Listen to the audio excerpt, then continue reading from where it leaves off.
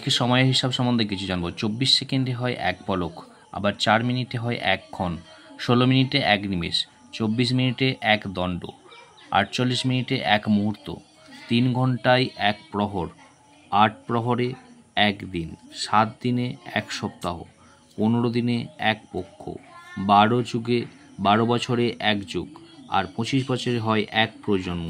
এরকম 4টে 25 বছর দিলে হয় 100 বছর, 100 বছরে হয় 1 শতাব্দী। এবারে আমরা চলে আসবো কিছু সংখ্যার হিসাব নিয়ে।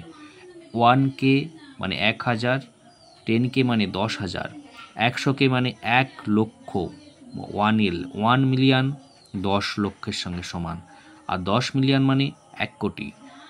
1 বিলিয়ন মানে 100 কোটির সাথে সমান, আর 1 ট্রিলিয়ন মানে 1 লক্ষ কোটির সাথে সমান, আর 1 বিলিয়ন মানে হচ্ছে 10,000 মিলিয়নের সঙ্গে সমান, আর 1 ট্রিলিয়ন মানে কত? 1000 বিলিয়ন। এবার চলে আসি আমরা বছরের হিসাব। 25 বছর পূর্তি, এটাকে বলা হয় রজত জয়ন্তী। 40 বছর পূর্তিকে বলা হয় রবি জয়ন্তী।